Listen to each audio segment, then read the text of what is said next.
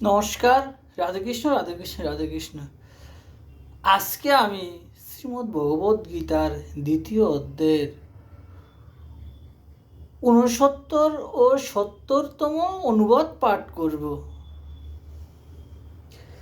সাধারণ লোকের যাহা রাত্রির সংযমী যোগী তাহাতে জাগিয়া থাকেন, আবার সাধারণ প্রাণীরা যাহাতে জাগিয়া থাকে তাহাই মনির পক্ষে রাত্রি। নানা নদ নদীর জল সমুদ্রে আসিয়া পড়ে বটে, কিন্তু তাহাতে সমুদ্রের কিছু পরিবর্তন হয় না। তেমনি রূপ রস ইত্যাদি বিষয়গুলি যে যোগীর অন্তরে প্রবেশ করিয়াও তাহাকে বিচলিত করিতে পারে না, তিনি শান্তি পান। কিন্তু যে ভোগের ইচ্ছা করে তাহা শান্তি হইতে পারে না।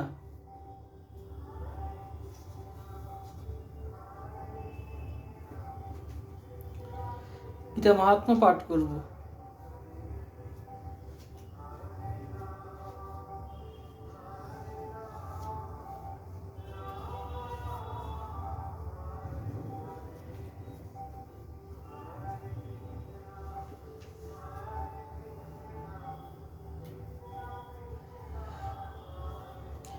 যিনি অমৃতের নেই গীতা পুস্তক পড়েনও না বা শুনেনও না, তিনি অমৃত ফেলিয়া বিষ খান। সংসারে দুঃখে কাতর হইয়া যদি কেহ গীতার গান লাভ করিতে পারে, তবে সেই গীতারূপ অমৃত পান করিয়া ভক্তি লাভ করিয়া সুখী হয়। এই পৃথিবীতে জনক প্রভৃতি অনেক রাজা গীতা পড়িয়া পাপ হইতে মুক্তি হইয়া পরমপদ পাইয়াছেন। গীতার গান বিষয়ে ছোট বড় কোনো প্রভেদ নাই। সকল গানের মধ্যে গীতার গানই শ্রেষ্ঠ, ইহা ব্রহ্মগানেরই সমান। রাধে কৃষ্ণ।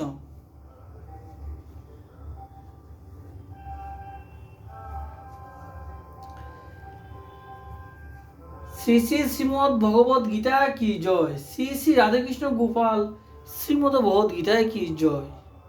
রাধে কৃষ্ণ রাধে কৃষ্ণ রাধে কৃষ্ণ।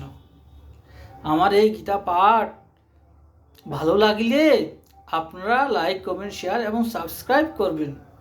রাধে কৃষ্ণ রাধে কৃষ্ণ রাধে কৃষ্ণ। আপনারা সবে গীতা পাঠ করবেন। গীতা হিন্দুদের পবিত্র ধর্মগ্রন্থ। সবে ভালো থাকবেন। রাধে কৃষ্ণ রাধে কৃষ্ণ রাধে কৃষ্ণ।